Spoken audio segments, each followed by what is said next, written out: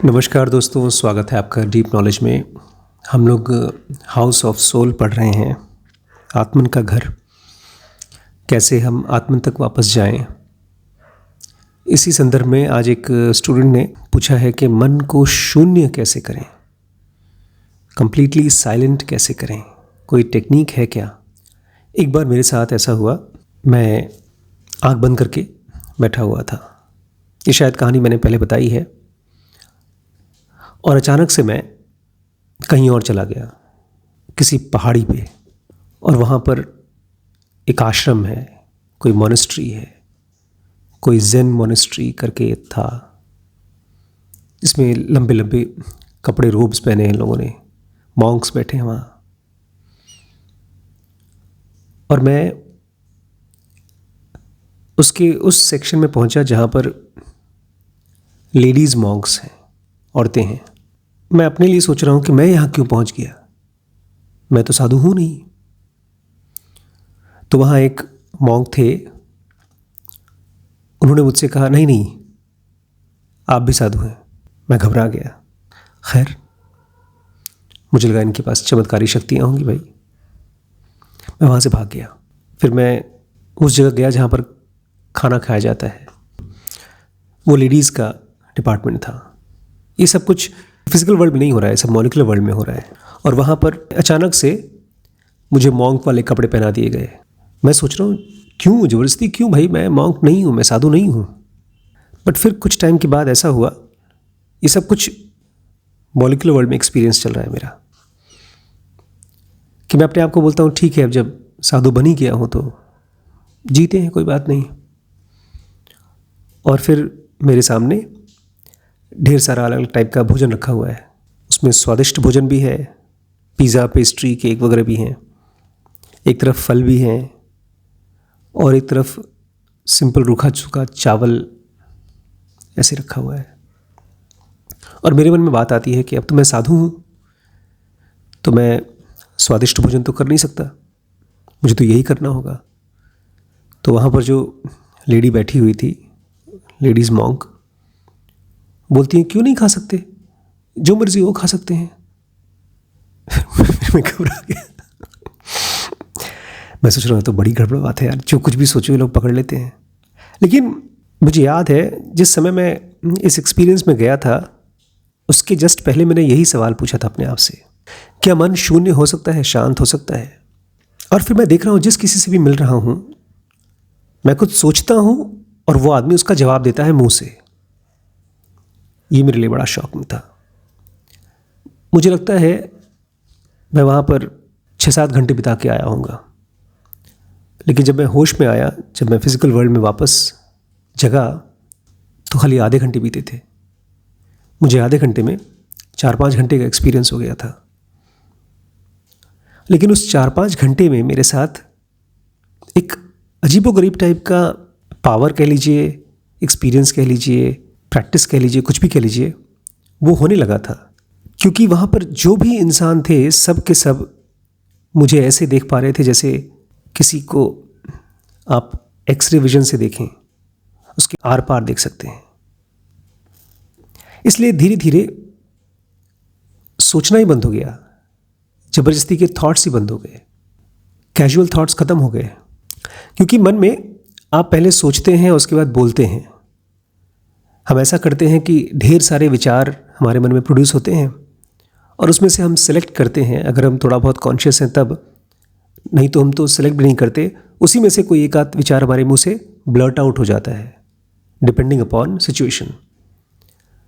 आप कहीं ऑफिस में गए, किसी सरकारी ऑफिस में, किसी प्राइवेट ऑफिस में, आपको किसी बंदे को देख करके मन में विचार आ रहा है, ये आदमी मेरा काम करेगा कि नहीं करेगा, पिछली बार तो मैं आया था तो उसने टाल दिया था। तो इस तरह के विचार चलते हैं। लेकिन वो सारे के सारे विचार इसलिए चलते हैं क्योंकि आपको पता है कि इसको कोई देखने वाला नहीं है। लेकिन अगर सामने वाला आपके मन की बातों को पकड़ पा रहा है, तो आपके मन के अंदर ऐसा ही होगा जैसे आपके मुंह के साथ होता है। हम अपने मुंह से फिजूल बातें, गाली गलौज, बदतमीज़ी वाली चीज़ें सबके सामने नहीं बोलते, हम अकेले में बोलते हैं। हम गाना गाते हैं, बाथरूम में गाते हैं, क्योंकि हमको पता है हमको कोई देख नहीं रहा है। जैसे कोई देखता है तो हम कॉन्शियस हो जाते हैं, हम सजग हो जाते हैं। ये सजगता हम ज़ुबान पे तो प्रैक्टिस कर पाते हैं, लेकिन मन के अंदर हम अपने आप को अलाउ कर देते हैं कि चलो जो चल रहा है चलने दो। अब आपने और मैंने यही सवाल पूछा था कि क्या मन को शून्य किया जा सकता है। एक तो शून्य की कल्पना है, मन साइलेंट चुप, वो कल्पना है, उसको छोड़िए। जब आपको ये दिखना शुरू हो जाता है कि जो भी मेरे मन में विचार चल रहे हैं, मेरे सामने जो बैठा है वो उसको देख पाएगा, तब ऑटोमेटिकली आपके यूजलेस कैजुअल थॉट्स एक स्टेप पीछे ले लेंगे, पीछे चले जाएंगे। और विचारों की एक खास क्वालिटी है, अगर वो विचारों का रूप नहीं लेते हैं, जैसे ज़ुनोगा में हम पढ़ते हैं ना, 4 स्टेट्स हैं विचारों के। हमारे मन में से जब विचार निकलते हैं तो उसके 4 स्टेट्स हैं। सबसे पहला है प्योर माइंड एनर्जी स्टेट, दूसरा है थॉट्स सप्रेस्ड, तीसरा है थॉट्स एक्सप्रेस्ड, और चौथा है words and actions. Pure mind energy state वो हमारा प्योरेस्ट फॉर्म ऑफ माइंड है, प्योर अवेयरनेस है। अगर उस प्योर अवेयरनेस में हम रह पाए तब हम बहुत कुछ कर पाएंगे। मैं बात करूंगा अभी क्या क्या हो सकता है। लेकिन हम में से ज़्यादातर लोग उसके बाद आगे की स्टेज में पहुंचते हैं थॉट्स सप्रेस्ड, लेकिन उसमें भी बहुत देर तक रह नहीं पाते हैं। उसके आगे वही थॉट आगे बढ़ते जाता है। जैसे एक छोटा बच्चा बड़ा होता है, फिर बड़ा होता है, फिर बूढ़ा होता है, ऐसे ही नेक्स्ट स्टेज थॉट का होता है थॉट्स एक्सप्रेस्ड, जो आमतौर पे हम ये बोलते हैं कि हमारे मन में विचार चल रहे हैं जिसको आप शांत करना चाहते हैं। और उसके बाद भी अगर हम बहुत कैजुअल हैं, ध्यान नहीं देते हैं अपने थॉट्स को, तब वो निकल के आते हैं शब्दों के रूप में और एक्शंस के रूप में। ज़्यादातर हमारे शब्द ऐसे होते हैं जो हम रिग्रेट करते हैं बाद में, या ऐसे शब्द होते हैं जो काम नहीं करते हैं, जो हम सोच रहे हैं वो कर नहीं पाते हैं। और ऑब्वियसली उसी शब्दों में से हमारे फिर एक्शंस भी निकलते हैं जो यूजुअली उतने सक्सेसफुल नहीं होते जैसा हम चाहते हैं। अब जब आप विचारों को शून्य करने की कोशिश करेंगे तो आप करेंगे क्या? आप एक थॉट लाएंगे, एक थॉट दूसरे थॉट को रोकने की कोशिश करेगा, क्योंकि आप चाहते हैं, एक स्टेट चाहते हैं। आपका इमेजिनेशन भी एक विचार है। तो ये ऐसा है जैसे कि आपका एक हाथ दूसरे हाथ को पकड़ कर बोले तुम हिलो मत। तुम हिलते हो तो मन में विचार उठते हैं, इसलिए अगर ये हाथ हिल रहा है तो ये विचार है, और ये दूसरा विचार है जो बोलता है हिलना नहीं है, तो ये इस विचार को बोलता है ना, अब तुम शांत रहो। लेकिन ये दोनों हिल रहे हैं, तो एक विचार दूसरे विचार को शांत नहीं कर सकता। विचार से कोई और चीज़ है ज़्यादा महीन, ज़्यादा बारीक, जिसकी प्रेजेंस में विचार ढीले पड़ जाते हैं। ऐसे समझिए जैसे विचारों को पंख लगे हैं, वो उड़ते रहते हैं। जैसे कमरे में ढेर सारे मच्छर उड़ रहे हैं, गर्मी का सीज़न आ गया, बहुत ज़्यादा गर्मी, देखा गर्मी में मच्छर नहीं होते, या बहुत ज़्यादा सर्दी आ गई तब भी मच्छर नहीं होते, सारे मच्छर गायब हो जाते हैं। ऐसे ही आपके मन में कोई बहुत गहरी स्टेट आ जाए, किस चीज़ की गहराई, उसको आमतौर पे हम अवेयरनेस की गहराई बोलते हैं, लेकिन बहुत बार सिचुएशंस भी ऐसे होते हैं। आप किसी सिचुएशन में बहुत ऑस्ट्रक हो जाते हैं, किसी बहुत खूबसूरत चीज़ को देख लिया तो कुछ सेकंड के लिए विचार शांत हो जाते हैं, लेकिन वो बहुत देर तक उसमें रह नहीं पाते हैं। लेकिन जब आप ये देखना शुरू करते हैं कि मेरे मन में जो भी चीज़ चल रही है वो दिख रही है, क्योंकि मुझे याद है उस दिन उस आश्रम में जो भी मुझे देखे, मैं जो भी सोचूं वो उसका जवाब दे, और कुछ देर बाद फिर कुछ सोचूं ही ना, मैं थॉट्स निकल ही नहीं रहे थे, फिर बस एक्टिविटी हो रही थी। इस तरह से बहुत से एक्सपीरियंसेस मुझे आए हैं। मैं ये भी नहीं कह सकता हूँ कि वो प्रैक्टिस है, लेकिन जो मैं प्रैक्टिस कर रहा हूँ जिसकी वजह से मुझे लगता है ये चीज़ हो रहा है, वो ये कि मैं अपने विचारों को यूज़ करता हूँ स्टडी करने के लिए, गहराई से समझने के लिए। आज ही हम लोगों ने एक सीरीज़ स्टार्ट की है, योर ब्रेन इज़ फ्लूइड।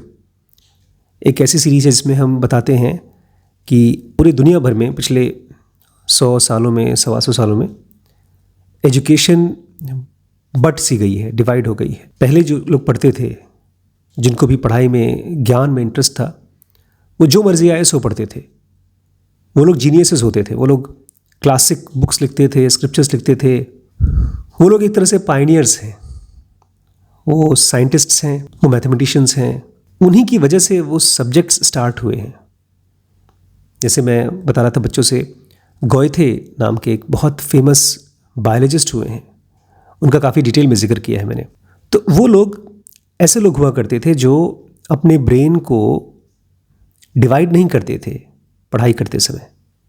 वो यूज़ करते थे अपने ब्रेन को दुनिया के अंदर घुसने के लिए, समझने के लिए, और इसी प्रोसेस में वो अपने अंदर भी घुस पाते थे, खुद को भी समझ पाते थे।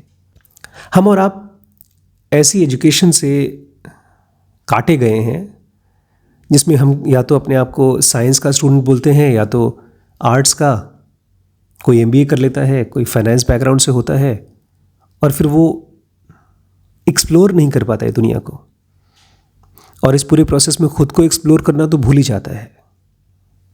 वो सीरीज़ आप देखिएगा टाइम निकाल के ज़रूर। हमारे ऐप में एक सेक्शन है किड्स, उसमें ये सीरीज़ मैंने स्टार्ट किया है। उसका नाम है BIF, your brain is fluid. तो जब से मैंने अपने ब्रेन को यूज़ करना शुरू किया है दुनिया को समझने के लिए, तब से विचार तो आते हैं, लेकिन इंस्पिरेशनल थॉट्स आते हैं, क्लैरिटी के थॉट्स आते हैं। इनफैक्ट क्लैरिटी आती है, गहरी समझ आती है, उसके बाद विचार आते हैं, और उसके बीच में कोई डिस्टर्बेंस नहीं होता। कभी कभी साइलेंस के मोमेंट्स होते हैं, लेकिन मैं उसके लिए ये नहीं कह सकता कि वो शून्य हो गया था। ऐसा बोलना बड़ा अजीब लगता है, क्योंकि उसमें मैं होता नहीं हूँ, उसमें कोई एक्सपीरियंसर नहीं होता। इसलिए मैं चाहूँगा कि आप ये मत पूछिए कि मन को शून्य कैसे करें, ये मत पूछिए। आप ये पूछिए कि मैं अपने इस माइंड को यूज़ करके दुनिया को कैसे समझूं, कैसे एक्सप्लोर करूं। आज ही जनोगा एडवांस में मैं बच्चों से बता रहा था कि पतंजलि योग सूत्र में हम लोग पढ़ रहे थे कि हम अपने सेंसेस को यूज़ कर सकते हैं मेडिटेट करने के लिए, अपने मन को साइलेंट करने के लिए। लेकिन वो साइलेंस सुनने वाला साइलेंस नहीं है। उस साइलेंस की स्टेट में एक तरह से हमको इंट्यूटिवनेस क्रिएट होती है। एक तरह से दुनिया में जहाँ कहीं पर भी जो भी नॉलेज है आप उसको रिसीव कर पाते हैं। उसी में से पूरी दुनिया की लिटरेचर्स, डिस्कवरीज, ये सब हुई हैं। और उसी में से मैं आपसे शेयर कर रहा हूँ हाउस ऑफ सोल, आत्मन कहाँ से आती है। जैसे मैंने आपसे पहले कहा कि क्रिएशन है जहाँ पर आत्मन न पैदा होती है न मरती है, वही उसका घर है। और क्रिएशन में सबसे सेंट्रल में, सबसे बीच में और सबसे मिस्टिकल है, सबसे ताकतवर है सत्यम। सत्यम को कोई जानता नहीं है, ना तो जान सकता है। केवल एक ही चीज़ सत्यम को जानती है, सत्यम खुद। और उसी के बाद निकलता है तपह। और वो भी इसलिए क्योंकि सत्यम में से बहुत सी एनर्जी बाहर रिलीज की जाती है, कम की जाती है। और ये कम होने के बावजूद भी सत्यम में कोई कमी नहीं आती। और आगे निकल के आता है तपह। और तपह की भी इतनी ज़्यादा हाई इंटेंसिटी है कि धीरे धीरे धीरे धीरे उसका जब आखिरी 7वां सब स्टेज आता है, फिर क्रिएट होता है यूनिवर्स जनह। उसको आप कह सकते हैं यूनिवर्स ऑफ जनह, बिकॉज वहीं पर जनह हैं, वहीं पर फ्रैगमेंट्स हैं, वहीं पर हम और आप एज डिवाइन फ्रैगमेंट्स हैं। हम तो फिलहाल यहाँ पर हैं, बट जो भी डिवाइन फ्रैगमेंट्स अभी तक नहीं आई हैं इस एग्जिस्टेंस में, वो वहीं पर हैं। और जैसे मैंने आपसे पिछली बार शेयर किया कि वहीं पर परानाद भी प्रिवेल करती है, वो आवाज़ जो जनह की क्रिएशन की कारण है। क्योंकि तपह में जो हाईएस्ट फॉर्म ऑफ एनर्जी है, डिवाइन होलनेस है, उसको डिवाइड होने का कारण है परानाद। वो भी जनह यूनिवर्स में है। कितना बड़ा है जनह, वो उसकी कोई सीमा नहीं है। कैसा दिखता है उसको आंखें देख नहीं सकती। वो अनचेंजिंग है, वो कभी बदलता नहीं है। आंखों को केवल वो चीज़ दिखाई देती हैं जो बदलती हैं। वो कब से कब तक है, वो एटर्निटीज़ से है और एटर्निटीज़ तक रहता है। उसका ना कोई आदि है ना कोई अंत है। और इस पूरे दौरान वो इंसानों को अगर कभी एक्सपीरियंस होगा तो कैसा एक्सपीरियंस होगा? एकदम डार्क, इंकी ब्लैकनेस, एकदम अंधेरा हमारी आपकी नज़रों के हिसाब से, क्योंकि हमारी और आपकी आंखें भरी हुई हैं विचारों से। थॉट्स 24 घंटे चलते रहते हैं। एक तरह से कहना चाहिए हमारी आंखों पे धूल झुकी हुई है थॉट्स की। इस पूरी सीन को अगर आप कभी देख सकें, जो कि ऑलमोस्ट इम्पॉसिबल है, वो ऐसा है जैसे तपह बह रहा है, एंडलेसली बह रहा है, अनंत काल समय से बह रहा है जन्ह में। और क्या चीज़ बह रही है? बड़े बड़े फ्रैगमेंट्स, बड़े बड़े पीसेस, और एक आध नहीं, अरबों अरबों पीसेस जन्ह के अंदर जाते हैं। इसको ऐसे समझ सकते हैं जैसे समंदर है, तूफानी समंदर, लेकिन वो समंदर बने हैं आग के, फ्लेम्स के। लेकिन ये फ्लेम्स है नहीं, आग है नहीं, क्योंकि आग तो इस फिजिकल वर्ल्ड का पार्ट है। वो तो वाइब्रेशंस हैं, इंटेंस वाइब्रेशंस। अगर हमारी धरती और हमारी धरती के समंदर वहाँ पहुँचें तो उनको 1 सेकंड लगेगा नहीं ख़त्म होने में, सूख जाने में। और इतना ढेर सारा एनर्जी निकलने के बावजूद भी इतनी बड़ी बड़ी इमेंस और लार्ज फ्रैगमेंट्स तपह से जन्म में आती हैं, लेकिन तपह सिकुड़ता नहीं है। 1 इंच भी उसके अंदर में फ़र्क नहीं पड़ता, और ना ही तो वो साइज़ में बढ़ता है। ये है खूबसूरती क्रिएशन की, जहाँ से कुछ भी निकालो, कुछ भी जोड़ो, कोई फ़र्क नहीं पड़ता। उसकी इमेंसिटी, उसका होलनेस ठीक वैसे का वैसा बरकरार रहता है। ये जैसे कोई तालाब हो जो 24 घंटे ओवरफ्लो कर रहा हो, और यहाँ दूसरी तरफ जन्ह यूनिवर्स में वो भी ओवरफ्लो नहीं करता, वो भी कोई भीड़ नहीं बढ़ जाती। हमारे यहाँ तो एक देश से अगर लोग जाकर के किसी दूसरे देश में जाते हैं तो वहाँ पर भीड़ बढ़ जाती है। वहाँ पर ऐसा कुछ नहीं होता, क्योंकि तपह और जन्ह कितने बड़े हैं उसका कोई सीमा नहीं है।